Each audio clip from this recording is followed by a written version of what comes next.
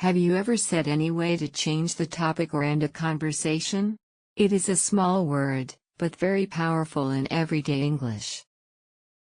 Anyway means despite what happened before or in any case. It helps you continue or change the conversation naturally. A common mistake is using anyway to mean a condition or cause, but it is not used to explain reasons. It shows contrast or continuation instead.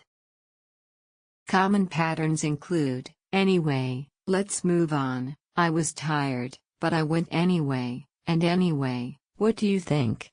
These show contrast or return to a main point. I don't know if it will rain, but I will go anyway. Anyway, thanks for your help. He was late again, but anyway, we started the meeting. Sarah was nervous about the party. She wasn't sure if she should go. Anyway, she decided to go and had a great time.